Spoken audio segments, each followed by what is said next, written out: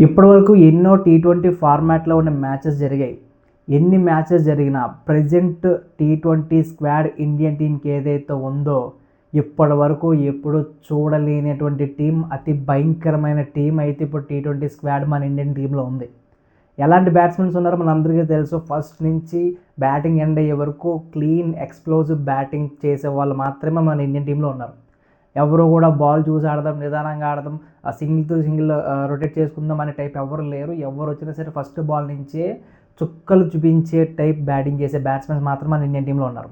ఇలాంటి team Indian batting చూసి పాకిస్తాన్ నిజంగా పోసుకొని భయపడుతుందన్న సంగతి మనకు క్లియర్గా అర్థమవుతుంది. ఎందుకంటే 2026లో జరిగే టీ20 వరల్డ్ కప్కి ఫిబ్రవరి 15న ఇండియా పాకిస్తాన్ మ్యాచ్ జరగబోతుంది.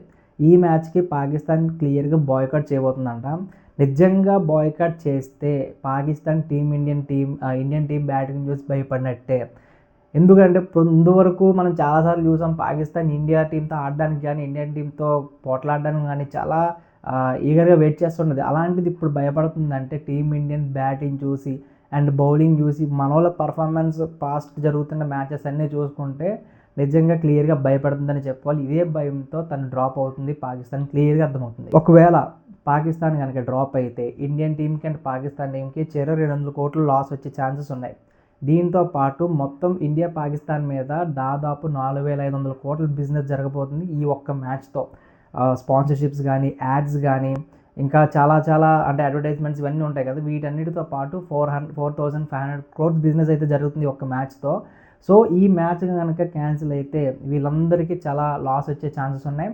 అండ్ దట్టు పాకిస్తాన్కి 200 కోట్లు అంటే చాలా ఎక్కువ. ఇప్పుడున్న టైంలో బీసీసీఐకి అయితే అంత పెద్ద ప్రెషర్ ఉండదు. ఎందుకంటే ఎంత పెద్ద బోర్డు అనేది మనకు అందరికీ తెలుసు. మన బీసీసీఐ అనేది ఫైనాన్షియల్గా చాలా స్ట్రాంగ్గా ఉంటుంది.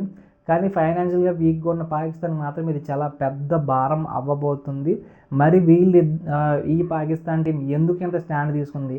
నిజంగా వేరే రీజన్స్ ఉన్నాయా, లేదంటే క్లియర్గా ఇండియన్ బ్యాటింగ్ చూసి భయపడి ఖచ్చితంగా మన మ్యాచ్ ఓడిపోతాం అన్న ధోరణిలోకి వెళ్ళిపోయి బాయ్కాట్ చేస్తుంది? ఎందుకంటే ప్రీవియస్గా చాలా మ్యాచెస్ చూసాం. మొన్న లాస్ట్ ఆడిన తిలక్ వర్మ మ్యాచ్ కానీ, విరాట్ కోహ్లీ ఆడిన మ్యాచ్ కానీ, ఓడిపోయే మ్యాచ్లు సైతం ఈ ఇండియా ఓడిపోయే మ్యాచ్లు సైతం పాకిస్తాన్ ఓడిపోయే స్టేజ్కి తీసుకెళ్ళిపోయే కెపాసిటీ మన ఇండియన్ ప్లేయర్స్కి ఉంది.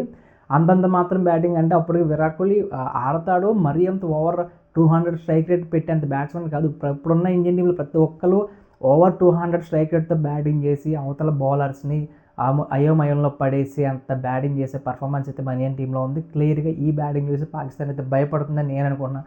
మీరేమనుకుంటున్నారు కింద కామెంట్ చేయండి. పాకిస్తాన్ అసలు ఈ టీ20 వరల్డ్ కప్ ఇండియాతో ఫేస్ ఆఫ్ చేయబోతుందా, లేదంటే బాయ్కాట్ చేసి రిలాక్స్ అవ్వబోతుందా? కింద కామెంట్ చేయండి.